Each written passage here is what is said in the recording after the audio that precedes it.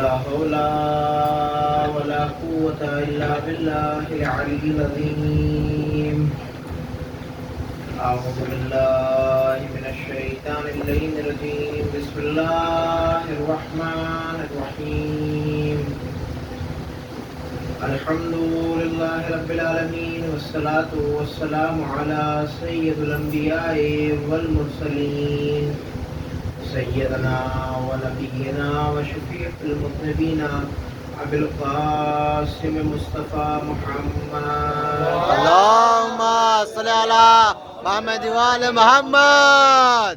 ثم الصلاة والسلام وعلى أهل بيته الطيبين الطاهرين المعصومين المظلومين ولعنة الله على أعدائهم وقتلتهم وغاصبي حقوقهم ومنكري فضائلهم ومصائبهم علي أجمعين. أما بعد، قال رسول الله صلى الله عليه وآله وسلم: إن الحسين مصباح الهدى وسفينة النجاة. اللهم صل على محمد وآل محمد.